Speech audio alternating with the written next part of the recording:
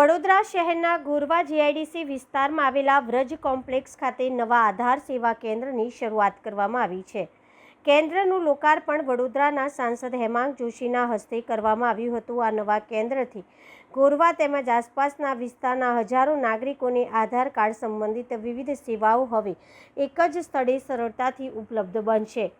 વડોદરા શહેરના ગોરવા જીઆઈડીસી વિસ્તારમાં આવેલા વ્રજ કોમ્પ્લેક્સ ખાતે આધાર સેવા કેન્દ્રનું ભવ્ય ઉદ્ઘાટન યોજાયું હતું. વડોદરાના સાંસદ હેમાંગ જોશીએ દીપ પ્રાગટ્ય કરી કેન્દ્રનું લોકાર્પણ કર્યું હતું.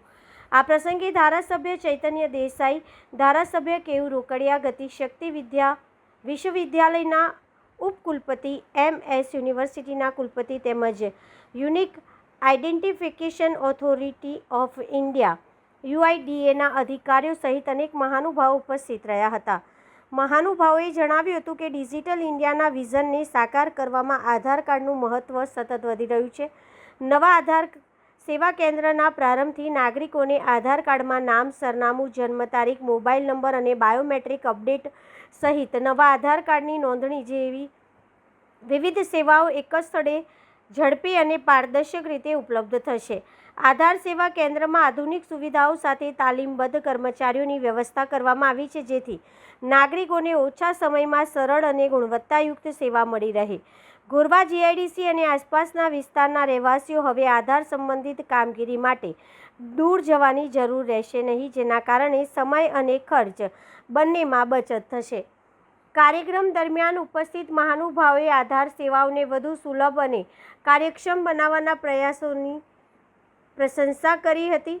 કાર્યક્રમમાં મોટી સંખ્યામાં સ્થાનિક આગેવાનો, વિવિધ સંસ્થાઓના પ્રતિનિધિઓ અને નાગરિકો ઉપસ્થિત રહ્યા હતા.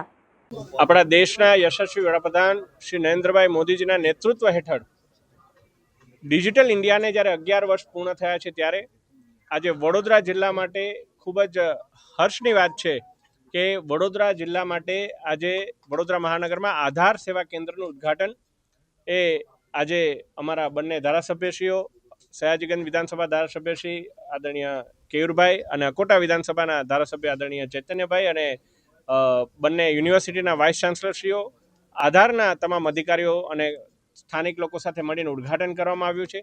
આ આધાર સેવા કેન્દ્ર એ પાસપોર્ટ સેવા કેન્દ્રના જ ફોર્મેટમાં એક નાગરિકોને સીમલેસ સુવિધાઓ મળી રહે, ઓનલાઈન અપોઇન્ટમેન્ટ એમને મળે, અહીં આવે તો ટોકન સાથે પહેલાં એમના ડોક્યુમેન્ટ વેરિફિકેશન થાય, ત્યારબાદ 8 જેટલા કાઉન્ટરની અંદર એક દિવસની અંદર 500 જેટલા નાગરિકોને આની સુવિધા મળે અને એ પણ કોઈ પણ જાતના વચેટિયાઓની દરમિયાનગીરી વગર, કોઈ પ્રકારના ખોટા ધક્કા ખાયા વગર એમનો આ લાભ મળે એ માટેનો આજે પ્રયાસ કરવામાં આવ્યો છે.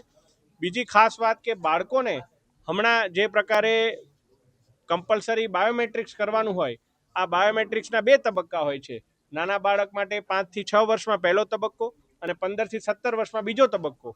આ મેન્ડેટરી બાયોમેટ્રિક્સ માટે પણ તમામ વડોદરાના નાગરિકોને હું વિનંતી કરું છું કે એમના બાળકોને સમયસર બાયોમેટ્રિકનો લાભ અપાવે, જેથી સરકારની કોઈ યોજના હોય કે કોઈ કોમ્પિટિટિવ એક્ઝામ હોય એનો ત્વરિત લાભ એ બાળકને મળી શકે.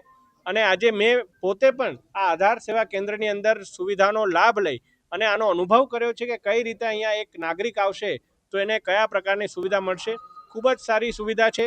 વડોદરાના નાગરિકોને મારે કહેવાનું, આપણા માટે સારી બાબત એ છે કારણ કે વડોદરામાં વર્કિંગ ક્લાસ વધારે હોય છે, ત્યારે શનિ રવિવારે પણ આધાર સેવા કેન્દ્ર જ્યારે ખુલ્લું રહેવાનું છે, કાર્યરત રહેવાનું છે, ત્યારે આપ સૌ આ સમગ્ર પ્રક્રિયાનો બહોળા પ્રમાણમાં લાભ લો, એ જ હું આજે આપ સૌને અપીલ કરું છું.